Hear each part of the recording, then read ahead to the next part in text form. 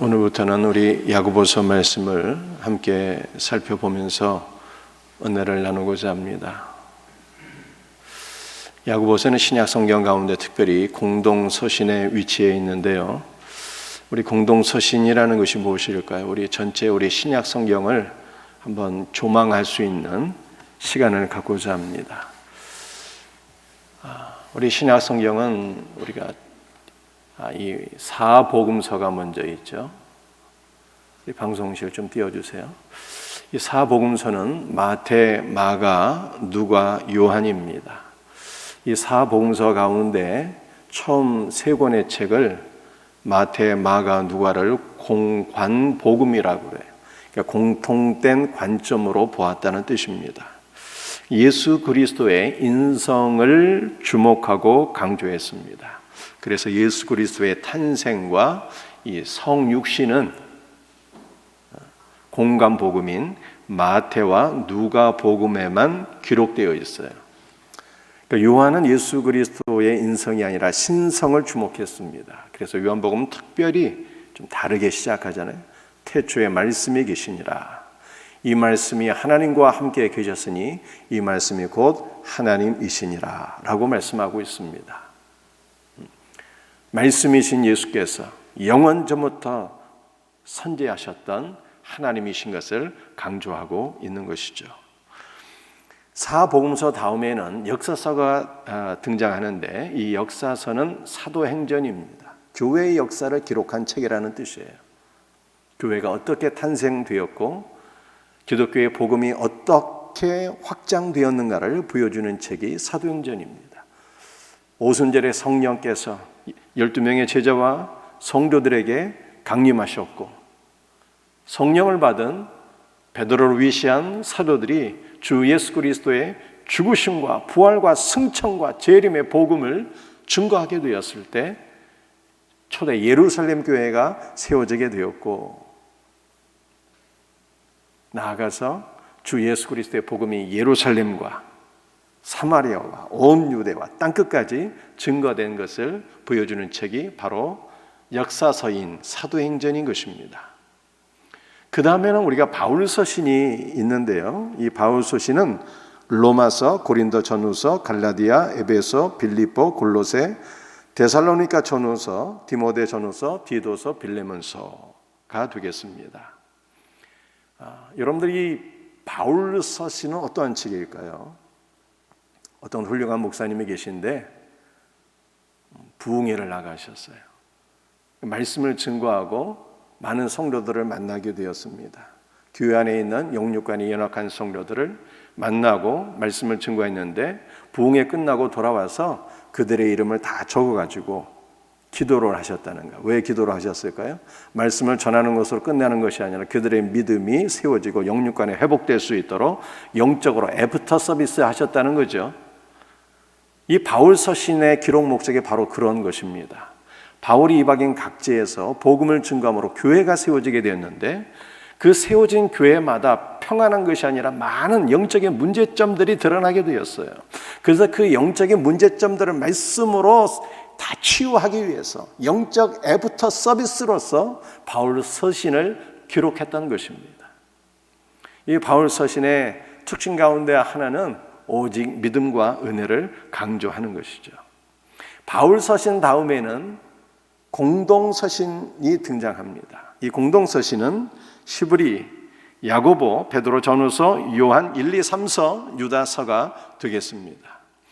여러분들 이 공동서신의 특징은 일단 바울이 쓴 서신이 아니라는 것입니다. 바울이 쓴 서신이 아닌 것이 공동서신이에요. 그리고 이 공동서신의 특징은 바울 서신은 특정한 교회에 보낸 편지입니다. 에베소는 에베소 교회 성도들에게 보낸 편지요. 고린도 전후서는 고린도 교회 성도들에게 보낸 편지인 것입니다. 특정한 교회, 특정한 성도들에게 보낸 것이 바울 서신이거든요. 공동서신은 그 서신을 받는 사람들이 특정한 교회나 특정한 개인이 아니었어요. 그래서 이 편지를 가리켜서 공동서신 또는 일반 서신이라고 합니다. 그래서 이 공동 서신은 특정한 대상을 위하여 쓴 서신이 아니기 때문에 초대교회에서는 이 공동 서신을 모든 교회가 돌아가면서 다 같이 읽었어요. 돌아가면서. 그래서 이 공동 서신을 가리켜서 회람용 서신이다, 이렇게 부르기도 합니다. 그런데 우리가 공동 서신을 보게 되면 이 저자가 누구인가를 책 제목에 벌써 다 이렇게 알 수 있도록 표현해 놓았습니다. 그 야고보서는 저자가 누구일까요? 야고보가 되는 것이고, 베드로 전후서의 저자는 베드로가 되는 것이죠. 이 공동 서신은 책 제목에 저자가 누구인 것을 다 이렇게 보여주고 있어요. 그런데 유독 신약 성경에서 저자가 누구인가를 제목을 통해서 확인할 수 없는 책이 딱 하나 있는데, 그것은 공동 서신의 첫 번째 책인 히브리서인 것입니다. 저자가 누구인지 말씀하지 않고 있어요. 그런데 기독교 역사를 보게 되면 교회 역사상 가장 많이 발행된 성경책이 있어요. 가장 오랜 동안 많은 성도들에게 사랑을 받았던 성경책이 있습니다. 어떤 책일까요? 가장 많은 성도들에게 의해서 읽혀진 성경책이 있는데, 그 성경책은 킹 제임스 버전이라고 해요. 근데 이 킹 제임스 버전에는 히브리서의 제목을 이렇게 표현하고 있습니다. 이렇게 기록하고 있습니다. 히브리서를 히브리인들에게 보내는 바울 사도의 편지다, 이렇게 책 제목에 이렇게 되어 있어요. 그래서 이 킹 제임스 버전은 히브리서의 저자가 누구라고 지금 말씀하고 있는 것입니까? 바울 사도라고 이렇게 말씀하고 있는 거예요. 그런데 근대에 이르러서 많은 학자들이 히브리서를 연구해 볼 때 이 히브리서의 문체는 바울 사도의 문체와는 달라서 이건 바울 사도의 서신이 아닐 것이다, 이렇게 생각해 갖고 이 히브리서는요 공동 서신에 포함된 것입니다. 그런데 이 공동 서신인 히브리서의 저자를 킹 제임스 버전은 바울 사도라고 딱 명시를 했기 때문에 역사상 많은 성도들은 히브리서를 바울의 작품으로 알고 있어요. 그럴지도 모르니까 공동 서신에서는 맨 앞에 이 히브리서를 위치한 거예요. 바울 서신으로 보게 되면은 가장 마지막 부분에, 공동 서신으로 보게 되면은 가장 첫 부분에 이 히브리서가 위치해 있는 것입니다. 그럼 진짜 히브리서의 저자는 누구일까요?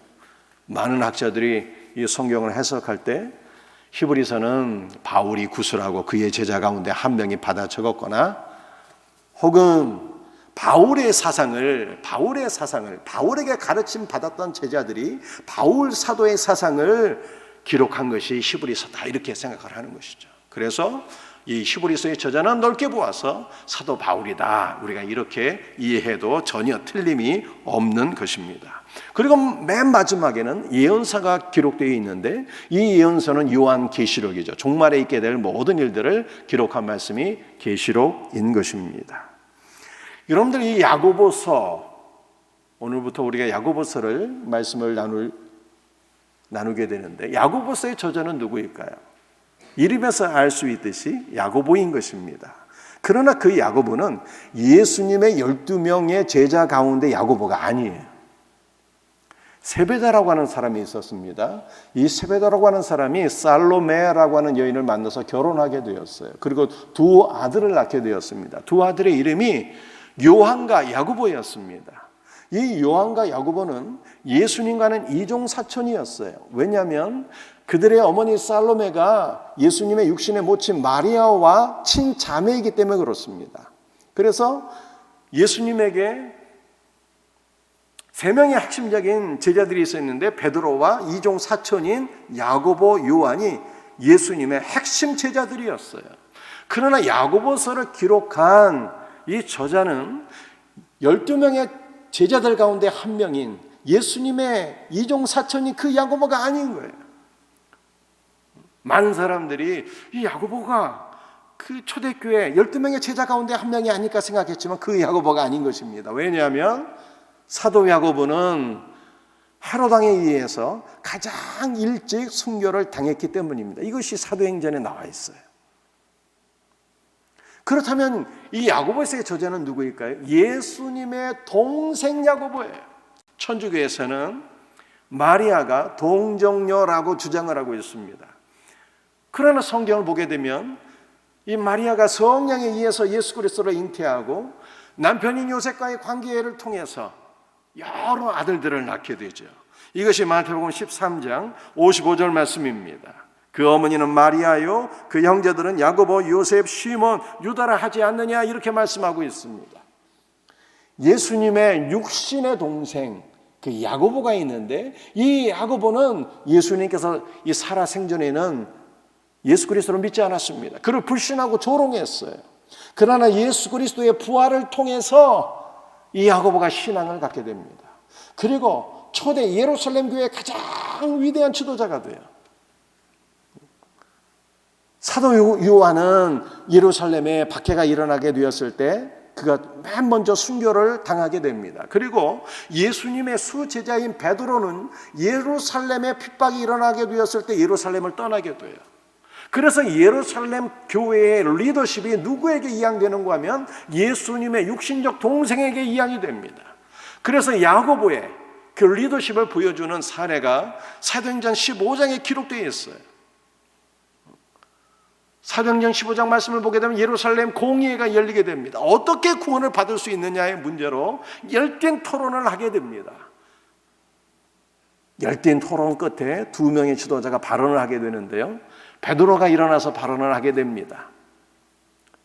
우리나 이방이나 주 예수의 은혜로 구원을 받는 줄 아노라, 이렇게 얘기를 해요. 그리고 예루살렘 공의회의 의장이 예수님의 동생 야고보였어요. 야고보가 최종적으로 결론을 내게 되는데, 우리도 감당하기 어려운 율법의 무거운 짐을 이방인들에게 지우지 말라, 이렇게 선언하게 됩니다. 그러니까 구원은 무거운 율법의 짐을 통해서 얻는 것이 아니라 오직 주 예수의 은혜로 얻는다 라고 하는 최종 결론을 내리고 그 예루살렘 공의회가 마치게 되는 것입니다. 예루살렘 공의의 결론을 통해서 우리는 의장인 야고보의 영적 권위를 보게 되는 것이죠. 그 야고보가 그 영적 권위로 기록한 말씀이 바로 야고보 서신인 것입니다. 사도 바울은 회심 이후에 예루살렘 교회와 아주 깊은 관계를 맺게 됩니다. 예루살렘 교회가 어려움에 처하게 되었을 때 선교 헌금을, 구제 헌금을 모아가지고 예루살렘 교회를 구제하게 되죠. 그리고 자신의 모든 선교 사역을 예루살렘 교회에 돌아와서 보고를 하게 됩니다. 누구에게 보고를 했을까요? 바로 예수님의 동생 야고보에게 모든 선교 사역을 보고를 했어요. 그 초대교회에 가장 위대한 영적 지도자는 누구였다는 거예요? 지금요? 야고보였다는 거예요. 주님의 동생 야고보. 이 야고보 서신의 특징이 있습니다. 야고보의 서신의 특징은 행함을 강조하고 있어요. 행함입니다. 믿음만이 아니라 행함으로 의롭게 되는 줄 우리가 아노라, 이렇게 말씀하고 있어요. 행함을 강조하고 있기 때문에 한때 마틴 루터는 야고보 서신을 가리켜서 지푸라기 서신이라고 폄하하기도 했습니다. 구원은 오직 예수 그리스도를 믿음으로 말미암아 얻는 선물이라고 하는 것이 신약 성경의 핵심 요지예요. 그렇다면 행함으로 구원을 받는다고 하는 이 야고보서의 내용은 신약 성경과 서로 상충되는 것일까요? 여러분들은 어떻게 생각하십니까? 초대교회는 일부 성도들이 믿음과 행함을 따로 이렇게 분리시켰어요. 주 예수를 믿기만 하면 돼, 행함은 없어도 되는 거야, 믿음으로 우리는 구원을 받는 거야, 이렇게 생각한 거예요. 요즘도 일부 이 잘못된 신앙을 갖고 있는 분들은 믿음과 행함을 분리시킵니다. 행함이 있어야 돼, 행함이. 믿음만 갖고 있는 것은 이건 불완전한 거야.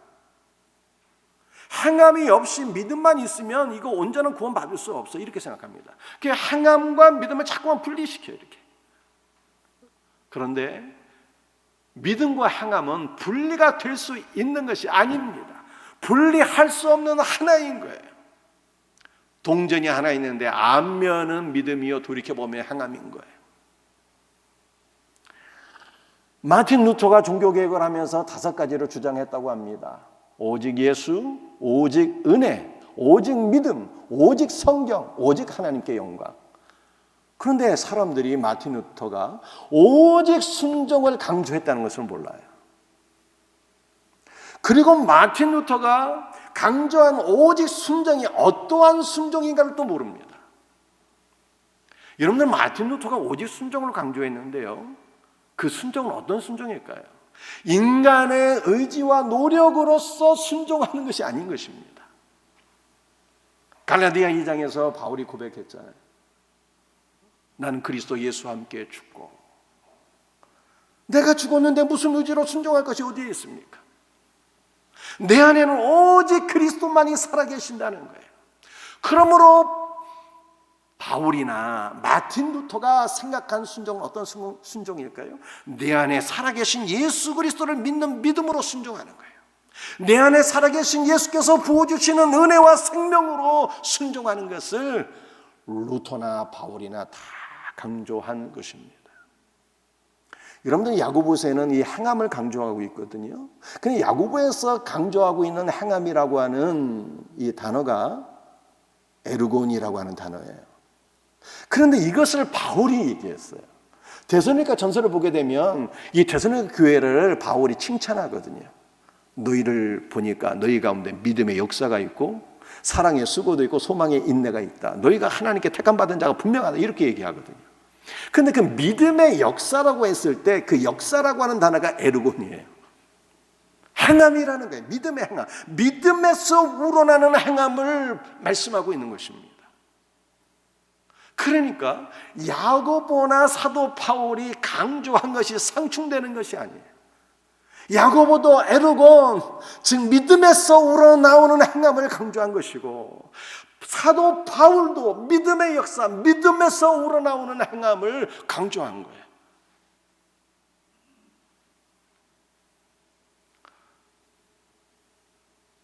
이 성경을 모르게 되면 서로 모순되는 것이라고 우리가 생각할 수 있는 것인데, 그러나 성경을 우리가 보게 되면 성경이 말씀하고 있는 순종이 무엇인가를 우리가 바르게 깨닫게 되는 것입니다. 오늘 우리가 살펴볼 말씀의 제목은 시험을 대비하고 기뻐하라입니다. 그런데 오늘 설교의 제목만이 아니라 야고보서 전체 그 주제 가운데 가장 중요한 주제가 바로 시험이에요. 야고보서의 기록 목적도 그렇습니다. 야고보서의 기록 목적은 시험 당하는 자들이 그 시험을 능히 극복하고 이길 수 있도록 돕기 위하여 이 야고보서가 기록된 거예요. 여러분도 오늘날 우리 가운데 시험 당하시는 분들이 많이 있습니다. 우리 모두가 코로나 때문에 이 고난 가운데 있고요. 또 특별히 육신의 질병 가운데 놓여 있는 고통당하는 우리 지체들도 있습니다. 그런데 야고보서가 기록된 이 기록 목적이 바로 이렇게 시험 당하는 자들이 시험을 극복하고 이길 수 있도록 돕기 위해서 기록된 말씀이다 이거예요. 그러므로 우리가 이 야고보서 서신을 통해서 우리가 당하는 모든 시험 가운데 우리가 승리할 수 있는 주님의 은혜와 복이 넘칠 수 있기를 예수 그리스도의 이름으로 축복합니다.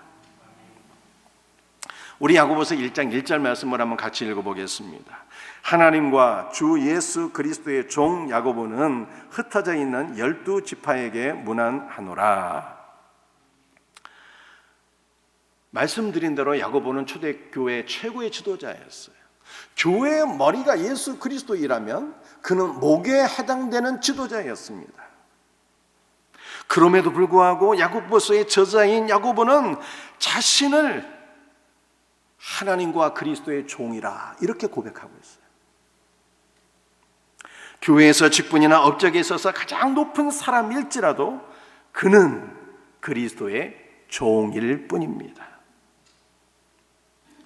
우리는 세상의 그 어떤 영광스러운 칭호보다 하나님과 그리스도의 종이라는 칭호가 가장 영광스럽고 아름답고 복된 것임을 아셔야 돼요.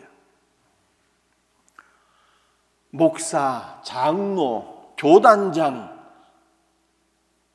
무슨 교황, 대통령, 장관 이런 것이 영광스러운 칭호가 아닙니다. 하나님과 그리스도의 종이라고 하는 칭호가 가장 영광스러운 거예요. 그러므로 우리는 그리스도의 종이 되어서 주 예수 그리스도를 섬기는 것을 가장 귀한 일로 알고 이 섬기는 것을 사모하셔야 됩니다. 우리가 어떻게 그리스도를 섬길 수가 있어요? 우리 지난주에도 다 설명드렸잖아요. 예배를 드리는 것이 그리스도를 섬기는 것이요, 어린 양을 먹이는 것이 그리스도를 섬기는 것이요, 작은 자들을 보살피는 것이 그리스도를 섬기는 것입니다. 제가 미리 말씀을 드립니다. 이제 곧 크리스마스인데요. 우리가 예년에 이 크리스마스 헌금을 다 이게 어려운 분들을 위해서 사실은 썼거든요. 대부분. 그런데 이번에도 우리 교단에서 이게 편지가 왔어요. 어려운 교회들의 형편을 알리는 편지들.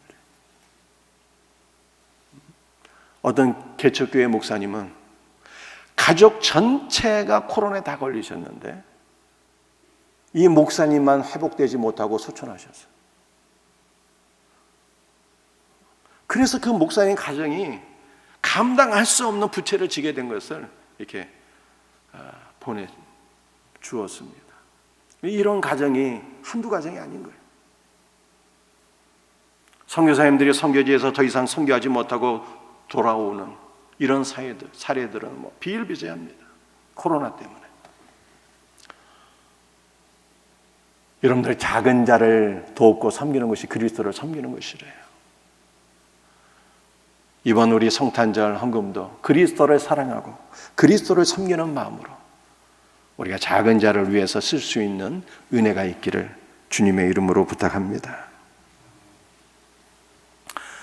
오늘 야고보는 1장 1절에서 자신을 하나님과 주 예수 그리스도의 종이라 이렇게 고백을 했잖아요.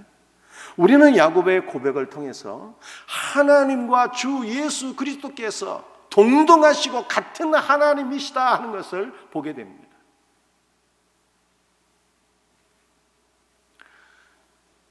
야고보의 고백을 통해서 우리는 주 예수 그리스도를 섬기는 것이 아버지 하나님을 섬기는 길임을 깨닫게 되는 것입니다. 우리 예수님께서 요한복음 5장 23절에서 이것을 우리에게 가르쳐 주셨어요. 같이 말씀을 읽도록 하겠습니다. 이는 모든 사람으로 아버지를 공경하는 것 같이 아들을 공경하게 하려 하심이라. 아들을 공경하지 아니하는 자는 그를 보내신 아버지도 공경하지 아니하느니라. 요한복음 5장 23절 말씀을 보게 되면 공경이라는 단어가 4번 기록되어 있습니다. 공경이라는 뜻이 무슨 뜻일까요? 공경은 그 헬라어 단어의 의미가 가치를 부여하다라고 하는 뜻이에요. 여러분들 우리는 성부 하나님께 어떠한 가치를 두게 됩니까? 아버지 하나님은 권능의 말씀으로 천지 만물을 창조하시고 세세토록 찬송과 존귀와 영광을 받으시기에 합당하신 분이에요. 여러분들 믿습니까? 아버지 하나님께 이와 같은 가치를 두는 것만큼 성자 예수께도 가치를 두어야 된다는 말씀이 요한복음 5장 23절 말씀이에요.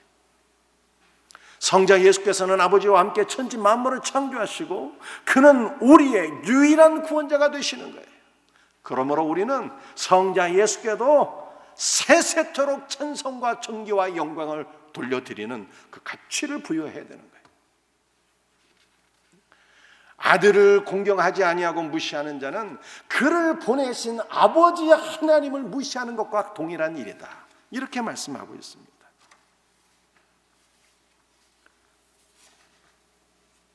그렇다면 성자 예수 그리스도를 섬기는 것은 누구를 섬기는 것일까요? 아버지 하나님을 섬기는 길인 것입니다. 사랑하는 성도들이여, 오늘 우리가 야고보의 마음으로 아버지 하나님과 주 예수 그리스도를 사랑하며 섬길 수 있는 복된 주의 종들이 다 되시기를 예수 그리스도의 이름으로 축복합니다. 우리 야고보서 1장 1절 말씀 우리 다시 한번 읽어보겠습니다. 하나님과 주 예수 그리스도의 종 야고보는 흩어져 있는 12지파에게 문안하노라.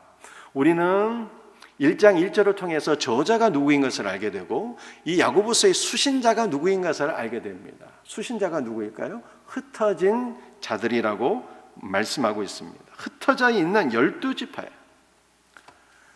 우리 구약시대에는 이스라엘 12지파가 흩어지게 되었습니다. 아수르의 침략을 받고 바벨론의 침략을 받아서 나라가 무너지고 흩어지게 되었어요. 그런데 구약시대 때 이스라엘 12지파가 흩어지게 된 이유는 우상 숭배 까닭이었습니다. 신약시대에도 흩어지는 역사가 있게 되었어요.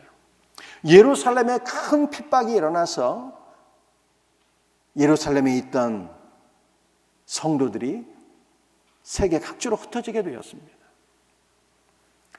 그런데 신약시대에 이 12지파가 흩어진 이유는 구약시대와는 그 이유가 달랐어요.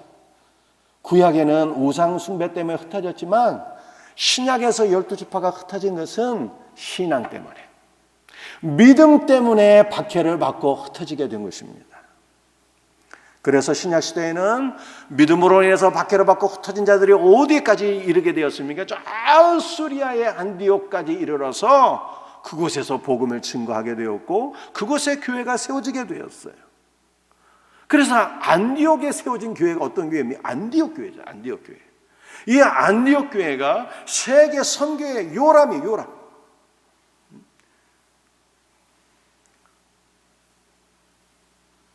이 안디옥 교회가 바나바와 바울을 선교사로 파송해서 이 바나바와 바울을 통해서 전 세계가 복음화되는 위대한 역사가 일어나게 되지 않습니까? 여러분들, 오늘 우리는 이것을 통해서 하나님께서 우리에게 고난을 주시는 그 이유와 목적을 깨닫는 거예요. 하나님께서 예수를 믿는 성도들에게도 고난을 주시네요. 복만 주시면 좋겠는데 고난도 주신다는 거예요. 고난도. 그런데 하나님께서 성도들에게 고난을 주시는 것은 죄가 있어서 고난을 받는 것이 아닌 것을 성경이 말씀하고 있어요. 신앙 때문에 고난을 받았대요. 그래서 이들이 흩어지게 됐는데 흩어진 자들을 통해서 교회가 세워지게 되었고 전 세계가 복음화되는 위대한 역사가 일어나게 된 것입니다. 여러분들, 오늘 우리도 마찬가지입니다. 예수를 믿는 신자인 우리도 고난을 받게 되는데 이것은 죄가 있어서 받는 것이 아닙니다. 신자가 고난을 받는 것은 하나님께서 우리를 버리셨기 때문도 아닙니다. 야고보는 이 흩어진 자들에게 편지를 썼잖아요. 그 야고보 서신은 고난을 받아서 흩어진 자들에게 위로를 주고 소망을 주기 위해서 이 편지를 야고보가 기록한 것이죠. 흩어진 자들은 예루살렘을 떠나게 되었을 때 하나님께서 나를 버리신 것은 아닌가라고 하는 그런 마음이 들었습니다. 그러나 그것이 결단코 아니었어요. 이것을 구약성경 에스겔서 11장 16절 말씀이 우리에게 보여주고 있습니다. 우리 말씀을 같이 한번 읽어보겠습니다. 그런즉 너는 말하기를 주 여호와의 말씀에 내가 비록 그들을 멀리 이방인 가운데로 쫓아내어 여러 나라에 흩었으나 그들이 도달한 나라들에서 내가 잠깐 그들에게 성소가 되리라 하셨다 하고, 이스라엘 백성들이 12지파가 흩어졌어요. 나는 하는 게 버림받은 것은 아닌가 이렇게 생각이 들었습니다. 그런데 하나님께서 그들에게 뭐라고 말씀하셨습니까? 내가 너희에게 잠시 성소가 되어주마 이렇게 말씀하셨어요. 흩어진 자들에게 하나님께서는 피난처가 되어주셨고 성소가 되셨고 그래서 위로와 은혜와 용기와 소망을 그들에게 부어주셔서 흩어진 모든 곳에서 낙심하지 않고 좌절하지 않고 주 예수의 은혜로 승리할 수 있도록 함께 하셨다는 말씀이에요. 여러분, 놀라운 말씀이죠. 흩어지기 전에는 이스라엘 백성들이 그냥 눈에 보이는 성전만 보고 살았어요. 그러나 흩어지고 나서 살아계신 하나님께서 나와 함께 계시고 그 하나님께서 나의 피난처가 되시고 방패가 되어주시고 나에게 참 성전이 되어주신다는 이 놀라운 은혜를 그들이 체험하며 살게 되었다는 것입니다.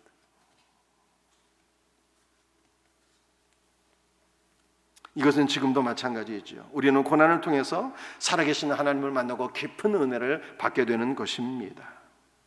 하나님께서 이처럼 고난을 주시는 이유는 우리에게 은혜와 복을 주시기 위함인 거예요. 그러나 많은 사람들이 하나님의 목적과는 달리 고난을 당할 때 은혜를 받는 것이 아니라 오히려 믿음을 잃어버리기가 쉽습니다. 주의 동생 야고보가 이것을 1장 2절에서 말씀했어요. 1장 2절 말씀 우리 한번 같이 읽어보겠습니다. 내 형제들아, 너희가 여러 가지 시험을 당하거든 온전히 기쁘게 여기라. 예수를 믿는 성도들에게 여러 가지 종류의 시험이 다가올 수 있대요. 그런데 이 시험이라는 단어가 두 가지를 의미하고 있어요.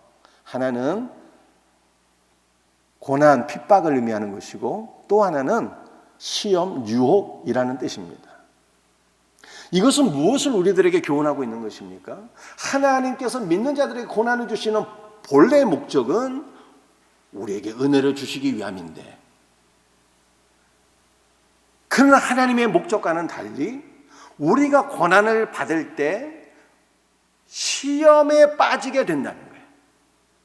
믿음을 잃어버리고 시험에 빠질, 유혹에 빠지게 될 가능성이 많이 있다는 것을 1장 2절에서 야고보가 우리에게 가르쳐주는 것입니다. 고난의 소용돌이 속에 있으면 사람은 하나님께 불평하고 하나님을 멀리하게 됩니다. 이것이 바로 죄인 것이죠. 하나님 멀리하는 게 죄예요. 그러므로 우리는 고난을 당할 때 죄를 짓지 아니하도록, 하나님을 멀리하지 아니하도록 하나님의 전신 갑주를 입어야 되는 것입니다. 바울이 에베소 6장 11절에서 이렇게 말씀했죠. 마귀의 괴계를 능히 대적하기 위하여 하나님의 전신 갑주를 입으라. 고난을 당할 때 시험에 빠지지 않기 위해서, 하나님을 멀리하지 않도록 하기 위해서 하나님의 전신 갑주를 입으래요. 하나님의 전신 갑주는 말씀과 기도로 무장하는 것을 가리킵니다. 성도가 말씀과 기도로 무장을 하게 되면 영적으로 성장하게 되지요. 따라서 시험은 우리를 영적으로 성장하게 만드는 하나님의 훈련 과정인 것입니다. 우리는 시험을 통과할 때 영적으로 자라나게 됩니다. 여러분들 시험을 잘 통과할 수 있는 방법이 있어요. 그것은 무엇입니까? 하나님의 전신갑주를 입는 것이고, 특별히 주의 동생 야고보가 1장 2절에서 시험을 잘 통과할 수 있는 방법을 우리에게 가르쳐 주셨는데, 그것은 온전히 기뻐하는 것이라고 말씀했어요. 우리가 고난을 당할 때 마음이 슬프고 소망 없는 상태로 빠져들어가는 것은 마귀가 가장 기뻐하는 일이요, 마귀에게 지는 일이에요. 그러므로 성경은 우리가 시험을 당할 때 시험을 능히 극복하기 위하여 온전히 기뻐하라, 이렇게 명령하고 있습니다.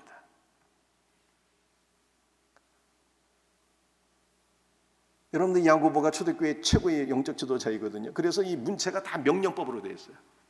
시험을 당할 때 온전히 기뻐하라, 명령이. 기뻐하셔야 되는가 우리는. 하나님의 백성은 언제 어디서나 어떤 상황 속에서도 기뻐할 수 있는 이유를 가지고 있습니다. 왜냐하면 하나님께서 우리와 함께 계시잖아요. 우리가 고난당할 때 우리를 버리시는 분이 아니시거든요. 주 예수께서 우리의 피난처가 되어주시고 우리의 성전이 되어주시고 우리에게 한없는 위로와 소망과 은혜를 부어주시기 때문에 우리는 어떤 상황 속에서도 기뻐할 수 있는 거예요. 하나님께서 고난을 주시는 이유는 우리를 미워하기 때문이 아니라 우리의 사랑하시기 때문에 우리는 고난 가운데서 아버지 하나님의 사랑을 깨닫고 경험하고 기뻐하는 것입니다. 무엇보다도 기뻐하는 것은요, 우리가 고난 가운데 기뻐하는 것은 우리가 하나님의 자녀라고 하는 강력한 증거예요. 고난 가운데 기뻐하는 것은 그리스도의 몸을 세우는 강력한 영적인 능력인 것입니다. 여러분들 고난 가운데 기뻐하는 것이 됩니까? 안 되거든요. 정말 은혜가 아니면 안 되는 거거든요. 그런데 예수 믿는 성도들이 고난 받는데 그 고난 가운데서 성전 되시는 그리스도께서 부어주시는 은혜 가운데 기뻐한다는 말이에요. 많은 사람들이 의아하게 생각해요. 내가 당신 보면 당신은 기뻐할 이유 아무것도 없다. 감사할 이유가 아무것도 없어. 그런데 왜 기뻐하냐 그러냐. 질문하잖아요. 그런데 우리는 기뻐할 수 있는 이유를 갖고 있거든요. 주 예수께서 나와 함께 하시고 나를 사랑하시고 나의 방패와 피난처와 성전이 되어주시니까 나는 그분으로 먹고 마시며 그분으로 힘을 얻고 승리하니까 우리는 어떤 상황 속에서도 감사하는 거예요. 이렇게 감사할 때 많은 사람들에게 영적인 도전을 주게 되는 것이고 고난 가운데 있는 사람들을 위로할 수 있는 능력이 되는 것이고 이것이 그리스도의 몸을 세우는 강력한 능력이라 성경이 말씀하고 있는 것입니다. 그러므로 우리는 시험을 당할 때 온전히 기뻐해야 되죠. 고난을 통과한 깊은 영성은 많은 사람들에게 큰 은혜와 감동을 주게 됩니다. 여러분들은 우리는 물감 또는 페인트로 우리가 원하는 색을 칠할 수가 있어요. 그러나 물감으로 결코 표현할 수 없는 색이 있습니다. 그것은요, 바다 한가운데서 강한 햇빛과 비바람을 맞으며 얻은 어부의 구리색 피부 색깔이에요. 이 구리색 피부 색깔, 바다 한가운데서 비바람을 맞서 싸우며 얻은 이 구리색 어부의 피부 색깔을 어떤 물감으로 이걸 표현할 수가 있겠어요? 존 버년이 철로 역정을 기록했는데 이 철로 역정에 담대함 시가 나와요. 담대함 시가. 우리 모두가 그리스도 안에서 담대해야 돼요. 이 담대한 시가 천상을 향해서 나가는데 많은 순례자들을 인도하면서 이렇게 천성으로 나가는 거예요. 그런데 이 담대함 시는 천성, 거룩한 성 예루살렘으로 가기까지 많은 혼란을 받게 됩니다. 그 철로 역정에서 말씀하고 있는 것이 무엇일까요? 만약에 이 담대함 씨에게 그 많은 고난이 없었더라면 결코 많은 성도들을, 많은 영혼들을 하나님 나라로 이끌지 못했을 것이다. 이것을 얘기하는 거예요. 저는 소양이라고 하는 가수의 그 간증을 한번 들어본 적이 있어요. 여러분들 소양 다 아시잖아요. 소양이 이 고음의 여왕이라고 하잖아요. 고음을 그렇게 잘 노래할 수 있는 가수가 또 없다고 합니다. 소양이 고음으로 노래 부르고 찬송할 때 자기가 정말 최고인 줄 알았대. 나처럼 이렇게 노래 잘하는 사람이 있을까? 스스로 이렇게 생각했다는 거예요. 그런데 이 노래가 끝나고 난 이후에 엄청 긍정적인 피드백이 있을 줄 알았는데 전혀 생각지도 못한 피드백이 있었다는 거예요. 목소리가 너무 크다. 고음만 그냥 불러대는데 듣기 불편하다. 아무런 감동을 느낄 수가 없다. 이런 표현들이었다는 거예요. 전부 다. 그런데 이 소양이 폐렴에 걸리게 돼. 폐렴에. 그것도 폐렴에 걸렸다가 낫다가 이것을 5번 반복하게 됩니다. 좌절하게 되고 시리에 빠지게 되고 노래를 포기할 지경에 놓이는 것이죠. 그러다가 하나님의 은혜로 회복되고 다시 노래를 시작하는데 이렇게 생각이 들었다는 거죠. 내가 이전처럼 노래를 잘 부를 수 있을까? 이전처럼 고음을 잘 표현할 수 있을까? 스스로도 이렇게 회의가 들었다는 거예요. 그러나 할 수 있는 데까지만 하자. 주님께서 은혜 주시는 데까지만 하자.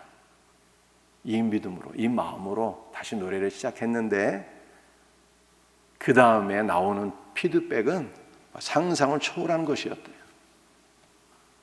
당신은 노래를 통해서 위로를 받았다는, 많은 이 고통 가운데 있는 사람들이 당신의 노래를 통해서 내가 다시 한 번 더 살 수 있는 용기를 얻었다. 감사하다. 이는 상상도 못할 수 있는 이 피드백이 나왔다는 거예요. 그러므로 하나님께서 왜 나에게 고난을 주셨는지 그 이유를 알게 되었다는 거죠. 사랑하는 성도들이요, 우리 모두에게 하나님께서 고난을 주시는 목적이 이와 같습니다. 고난 당한 자만 주님의 은혜를 받고 성장하고 성숙하고 또 고난 당한 자를 도울 수 있는 것입니다.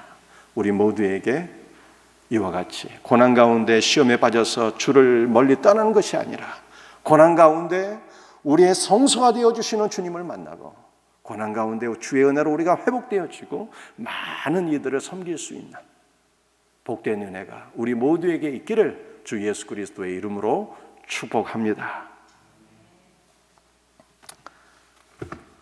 우리 기도하시겠어요?